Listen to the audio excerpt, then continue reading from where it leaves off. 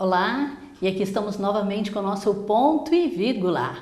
Depois de um mês de férias, merecidas férias, voltamos com tudo. E hoje nós temos uma entrevista muito especial. Vamos falar com Fernando Wugman. Fernando, que é autor do livro A Invenção do Monstro, do Golem ao Zumbi.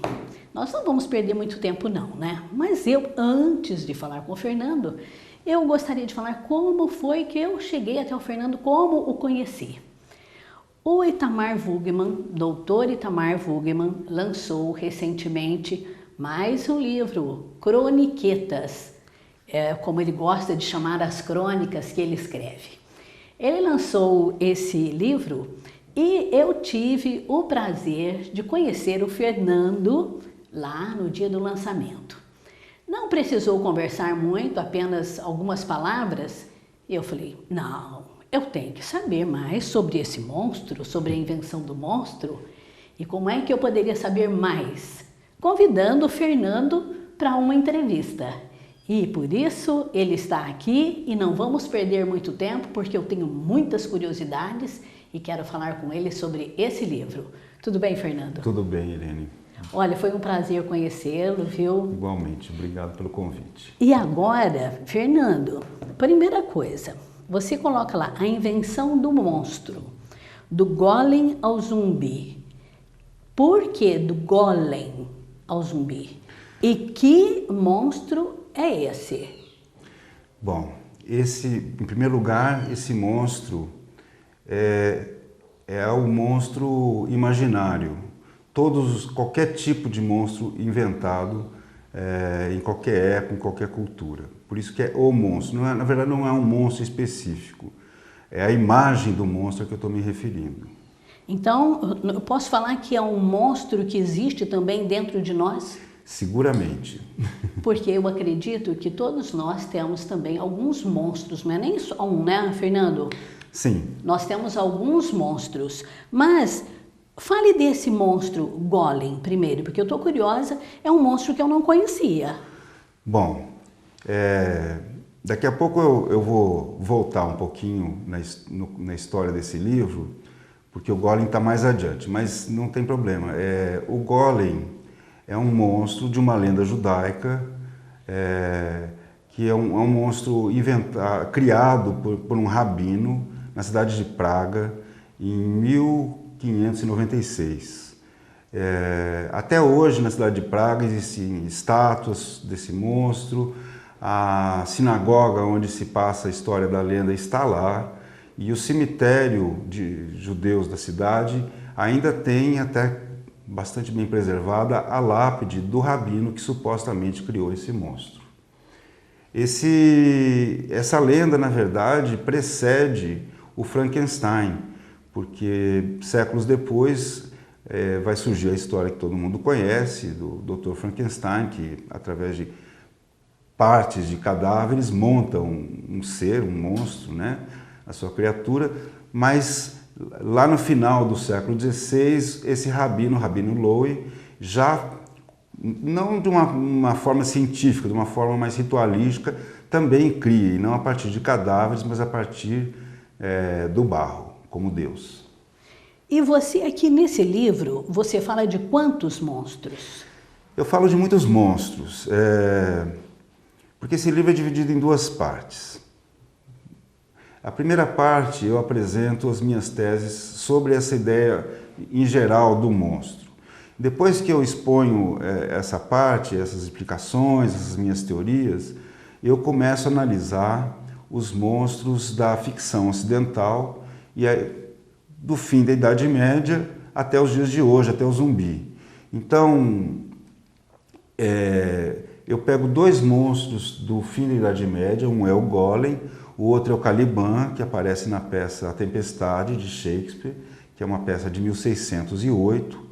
E para mim é importante começar com o final da Idade Média, porque esse livro tem uma abordagem múltipla e uma das abordagens é exatamente a perspectiva histórica.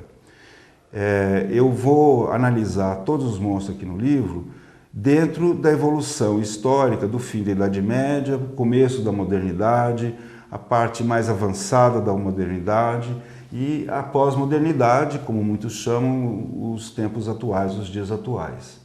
Então, essa é uma razão porque eu comecei com o Golem, porque ele é um monstro importante, apesar de bem menos conhecido hoje em dia, mas existem filmes sobre ele e tudo mais, para mostrar essa evolução histórica, relacionando cada monstro que eu analiso com o momento em que ele foi criado, o momento histórico em que ele foi criado. Então, são muitos monstros. Os criados ainda só no tempo da literatura são o Golem, o Caliban, como eu já mencionei, mas também o Frankenstein, o Drácula e o Jekyll and Hyde, Dr. Jekyll e o Mr. Hyde. Depois eu vou analisar a adaptação dessas histórias para o cinema, já no século XX. Depois eu vou falar do gangster hollywoodiano, que eu explico que o gangster também é uma figura monstruosa, especificamente um monstro da modernidade americana, que surge no começo do século XX nos Estados Unidos.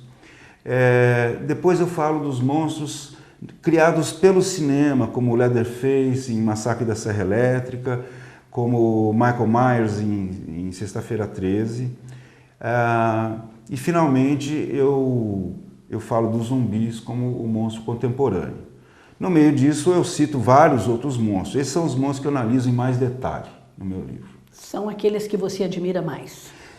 Não é bem por admiração, embora sim, eu admire as histórias, mas é em primeiro lugar pela importância cultural que eles adquiriram, inclusive a partir do século XX, dentro da cultura pop, né? Porque essa preocupação com os monstros que nós temos hoje, ela é também um sintoma cultural. Não é uma coisa simplesmente de mercado ou de moda, muito pelo contrário. A moda e o mercado vêm exatamente da expressão de uma série de preocupações culturais e sociais. Então, o meu critério foi exatamente pegar os mais representativos. Ah, sim. Ô, Fernando, e você foi professor de literatura, professor de cinema. Essa parte como professor de cinema, de uma certa maneira, influenciou você a escrever esse livro? Certamente. Literatura, obviamente, porque esses primeiros monstros que eu analiso são monstros da literatura, mas é claro que eles têm importância muito grande na produção cinematográfica. E através até do cinema que eles vão alcançar uma popularidade tão grande, manter a sua popularidade. E sim, há filmes desses monstros que eu aprecio em particular. Nem todos, né? Alguns filmes não são tão bons, não é esse meu principal critério na escolha, mas é, como eu disse, pela representatividade que eles têm culturalmente. Mas é claro que eu analiso, inclusive quando eu falo desse monstro, eu lanço mão não existe uma teoria do cinema, existem estudos de cinema.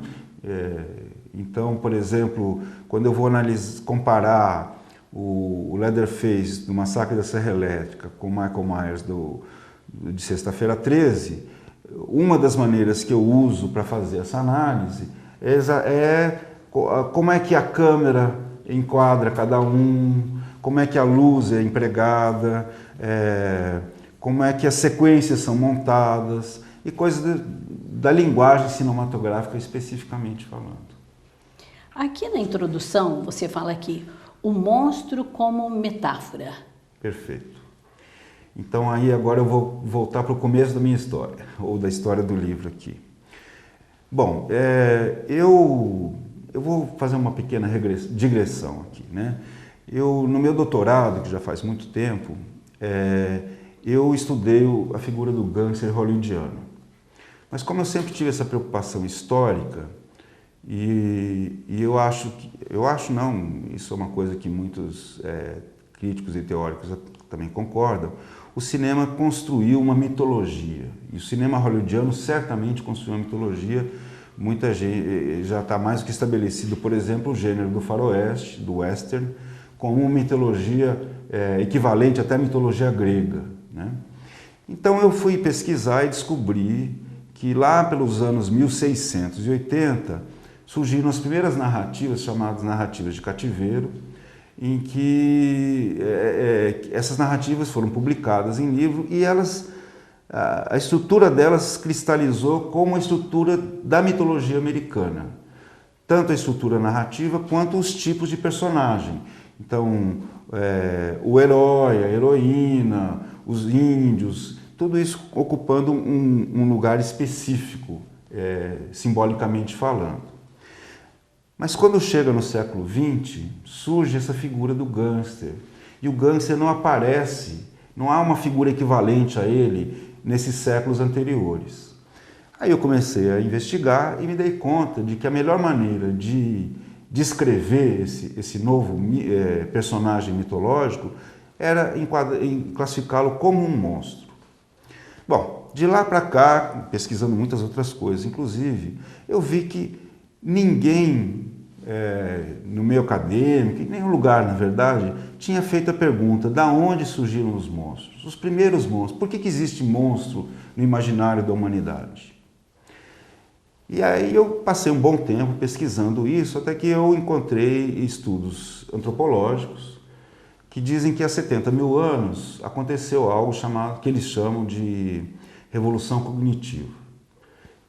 O que os antropólogos explicam é que foi o momento em que os nossos antepassados alcançaram a capacidade intelectual e linguística suficiente para formular pensamentos mais complexos. Como filósofo da linguagem, eu pensei, mas então, nesse momento, eles perguntaram o quê? Falaram o quê? E para mim é óbvio que uma das primeiras coisas que esses nossos antepassados perguntaram foi: quem sou eu? Essa pergunta é fundamental, porque, na verdade, num certo sentido, é esse o momento em que o ser humano realmente surge. Porque isso nos diferencia de todos os outros animais. Nenhum cachorro pergunta de onde veio, nenhum macaco pergunta qual a razão da sua existência. Só nós humanos fazemos essas perguntas. Só nós humanos vivemos uma crise existencial que gera uma angústia. E essa angústia, ela passou a se expressar no que eu proponho aqui no livro como o mito do monstro. Agora, os mitos, eles não se expressam diretamente. Os mitos se expressam através de narrativas, de símbolos ou de metáforas. Então, o que eu proponho é que todos os monstros inventados a partir desse momento são metáforas do mito. Bom, a partir dessas descobertas, eu fui investigando mais a fundo e vi que existem algumas características que todos os monstros têm. Não importa a época, não importa a cultura, não importa a geografia, são certos elementos que toda figura de monstro imaginário carrega. Por outro lado, existem variações, e essas variações, sim, elas têm ligação com o momento, o lugar, a cultura em que ele é criado. Então, o Drácula, por exemplo, ele é um monstro do fim da era vitoriana na Inglaterra. O Frankenstein é um monstro do momento, do começo da Revolução Industrial e de uma certa crise do romantismo, né? E tudo isso tem o seu contexto histórico específico. Então, a sequência desse livro é essa. No primeiro capítulo, na introdução, eu explico o surgimento do monstro, essas características recorrentes do monstro. No segundo momento, no capítulo 1, eu falo da evolução do monstro na ficção científica e no terror moderno, como gêneros, né, narrativos.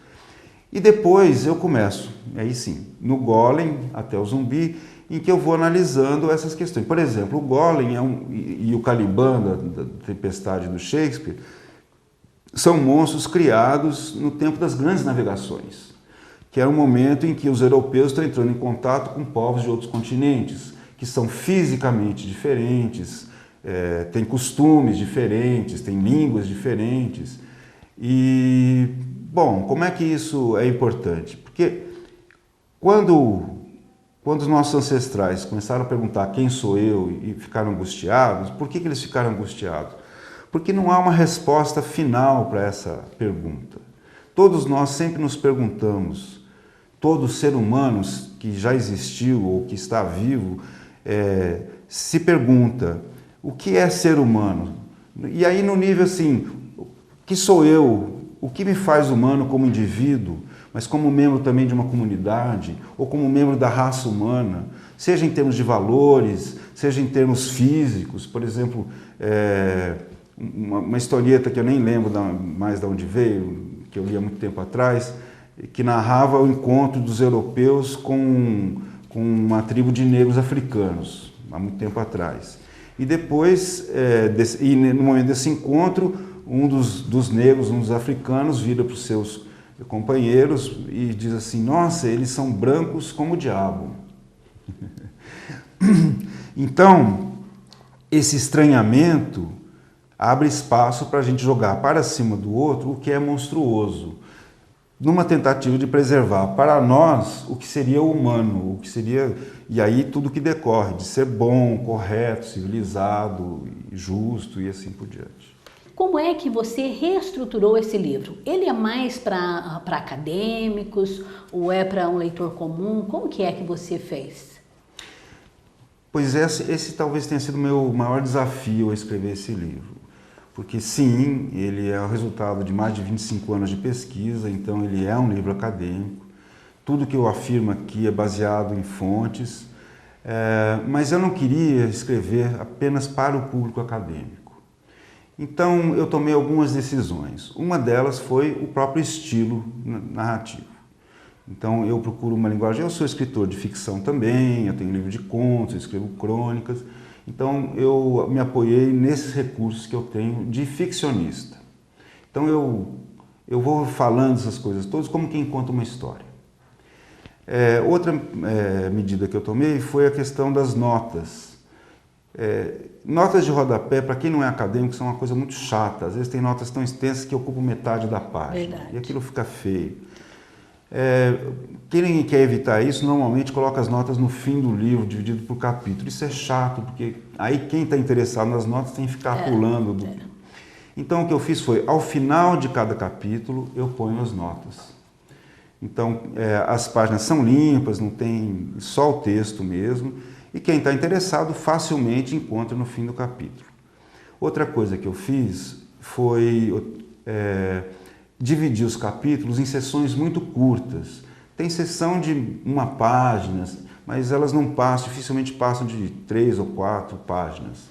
Então você pode interromper, se você tem pontos de parada da leitura, a cada poucas páginas, a cada tantos parágrafos, né? Você acabou de falar aí que você tem outros livros, que você já escreveu livros de crônicas, já escreveu algum romance? Não. Não, romance, não sei se um dia eu vou escrever. Eu gosto das narrativas curtas. E crônicas, as suas crônicas são mais ou menos como as croniquetas do Dr. Itamar? Não, acho que não. Meu primeiro livro é um livro de contos. Eu tenho já uma coletânea de crônicas ainda não publicada esparsamente, mas não no formato livro. Mas em algum momento eu vou sentar, concluir e publicar como livro. Mas o meu estilo é diferente do meu pai. Seu pai tem um estilo completamente diferente, eu acho que de todo mundo, né? Eu acho sim, eu acho que é uma das qualidades. Criatividade. Gente, se você ainda não leu, agora pegando um gancho aqui, Croniquetas de Itamar Wugman, Dr. Itamar Wugman, você deve ler. Olha, Fernanda, eu me divirto muito. Agora, os seus monstros aqui também, pelo que eu estou vendo aqui, não é uma coisa, vamos dizer, divertida, mas é uma coisa que desperta muita curiosidade, a vontade de ler e ler e ler, não é isso? Eu acho que sim. A recepção do livro tem sido muito nesse sentido. As pessoas, quando olham a capa, acham que é só mais uma história de terror. E não é uma história de terror. É uma análise das histórias de terror, mas observando que os monstros não aparecem apenas nas histórias de terror. Porque toda figura numa história que põe em questão a nossa identidade, como eu falei lá, né, antes, ela é um monstro. Então, por exemplo, pega um filme como O Homem Bicentenário, que é aquele robô tudo perfeito e que vai se humanizando cada vez mais. A família dona dele envelhece, morre, ele vai ficando com outra família, ele vai atravessando 2 séculos, por isso o Homem Bicentenário, e não há nada de aterrorizante na história, mas ele não deixa de ser um monstro, porque a presença dele na história faz com que todos os personagens humanos se questionem sobre o que é ser humano. E aí uma pergunta, você quando criança tinha um monstro que o atemorizava? Certamente. Qual era? Bom, eu tinha medo, por exemplo, do Homem do Saco. Que criança não tinha medo desse, né? E aí? Bom, aí... Porque alguém te ameaçava com esse Homem do Saco? Bom, eu cresci no campus da USP aqui de Ribeirão Preto, na época tinha parte residencial e tinha todos os filhos dos professores e a gente ficava contando uns para os outros essas histórias, até pelo prazer de sentir medo, né? Mas, por outro lado, eu sempre, desde cedo, me tornei uma criança que adorava ver filmes de terror, então eu tinha muito pouco medo. Adorava? Ai, gente, eu desde criança sempre tive medo e continuo com medo. Ô, Fernando, mas mula sem cabeça pode ser um monstro? Seguramente. Porque eu tinha medo de mula sem cabeça. Eu tinha medo, sabia? Mula sem cabeça. Olha, eu tinha medo. E sabe quando eles falavam? Olha, a mula sem cabeça. Isso como a gente está falando de criançada, né? Sim. Põe fogo pelas ventas. Pelas ventas. Imagina, mas você não tinha cabeça. Como é que tinha ventas, né? Não Como é é? que soltava fogo pelas ventas se não tem cabeça, né? E você acha que então, desde criança que você tinha essa atração pelo terror, a gente pode falar assim? Sim. Pelo terror? Com certeza. Por que essa atração? Por quê? Bom, na verdade o professor João Luiz Vieira, que escreve o prefácio do livro, ele discute exatamente isso. Por que a gente se sente atraído por histórias e filmes que dão medo? Algumas das razões são porque a gente sabe que aquilo não é real. A gente pode viver o medo enquanto lê a história ou assiste o filme, sabendo lá no fundo que nós estamos em segurança. Então é uma chance de você viver um certo tipo de emoção sem realmente estar apavorado. Ninguém quer passar medo, por exemplo, sendo assaltado com uma arma na cabeça ou se colocando numa situação de risco real. Já essas histórias permitem que você tenha todas essas emoções sem que nada lhe aconteça. Seu pai contava alguma história de monstro para você? Não. Não? Meu pai comprava muitos livros de história infantil, livros muito bons, ele sabia escolher, mas nenhuma delas era de terror. Agora, as histórias, os contos de fada, muitas vezes são aterrorizantes. Quem não teve medo da bruxa? Ah, é. Verdade. Não é? João e Maria. João e Maria ali naquela aliás, casinha, eu tive né? medo, por falar nisso, das bruxas de João Maria, da Bela Adormecida e assim por diante. Verdade. Mas, olha, eu estou gostando muito do seu livro e como é que faz para a pessoa que quer adquirir o seu livro? Onde é que ela compra? Qual o endereço? Tá, ele praticamente não está em livrarias, por uma série de razões. O mercado editorial está em crise no momento e não está valendo a pena, não está compensando. Então, eu tenho no Facebook, na internet, a Página do Monstro. Se você entrar no Facebook e escrever Página do Monstro, vai aparecer minha foto com esse chapéu aqui. E na própria página tem um link para você fazer a compra. E tem algumas vantagens, porque quem compra na página, eu recebo o endereço, né, pela internet, o endereço postal, e eu mando o livro autografado, com dedicatória e mais alguns mimos que quem comprar vai descobrir. Agora, além disso, a Página do Monstro é muito interessante, porque toda semana eu faço postagens originais, autorais, onde analiso a expressão do monstro, não só no cinema e na literatura, mas na pintura, nas artes plásticas, no teatro, na fotografia, nos quadrinhos, games e assim por diante. Olha, e vocês viram, ele falou, tem uma página no Facebook, né? A Página do Monstro, e lá tem a foto dele com o chapéu, mas não é você o monstro, né? Não, eu sou um cara muito legal. Ô, Fernando, eu acho que nós teríamos que conversar muito mais tempo, Sim. porque eu tenho muitas perguntas. O seu livro tem aqui quantas páginas? Olha, umas 230. 200, nossa, o seu livro tem 271 páginas. Mais 271 páginas. Então, não dá realmente para esse pouco tempo, né, para eu resolver todas as minhas dúvidas e as minhas perguntas. Mas eu gostaria de marcar com você um dia para você dar uma palestra sobre monstros. Nossa, com o maior prazer. Nós temos um encontro de escritores e leitores e ainda não marquei a próxima, mas eu gostaria que você falasse para os nossos escritores sobre isso, porque é uma coisa bem interessante. Legal. E falar sobre os nossos monstros interiores, como nós falamos aqui, não dá tempo para falar disso, mas com certeza numa palestra vai dar, não vai? Dá para falar bem mais. Olha, muito obrigada por ter vindo aqui, aceito o meu convite para falar sobre eu que agradeço. E eu vou agora esperar o Dr. Itamar Wugman para vir aqui falar dessas croniquetas, porque ele faz umas perguntas, aliás, ele faz uns comentários aqui que eu acho formidável. Por exemplo, quando ele escreveu aqui a dedicatória, ele dedicou, né, aos pais, aos filhos e citou Fernando, lutador incansável. Juntos estivemos em tristezas e alegrias. Eu achei tão bonito isso daí, porque o pai falar lutador incansável é porque realmente você é incansável na luta, né? Ele conhece minha história, eu estou com 60 anos agora, meu pai em agosto vai fazer 91 e sim, ele me viu atravessar muitas dificuldades, eu acho que eu sou um lutador, mas ele seguramente é um lutador ainda mais incansável do que eu, porque chegar aos 91 anos, publicando um novo livro e lançando exposição de fotografias, não é qualquer coisa. Não é para qualquer e por falar na exposição, a exposição continua ali no MARP, fica até o fim do mês. Até o final do mês, você pode ir lá ver as fotos de Dr. Itamar Wugman. Fernando, muito obrigada e nós vamos ainda voltar a falar aqui numa palestra sobre monstros. Vai ser um prazer. Tá? Muito obrigada, viu? Eu que agradeço. Até logo. E eu espero que você acompanhe também o nosso próximo programa, porque nós temos novidades, viu? Agora nós voltamos com tudo dessas férias. Mas, pensando bem, eu gostei tanto de tirar um mês de férias que eu estou até pensando em tirar férias de 15 em 15 dias. O que vocês acham?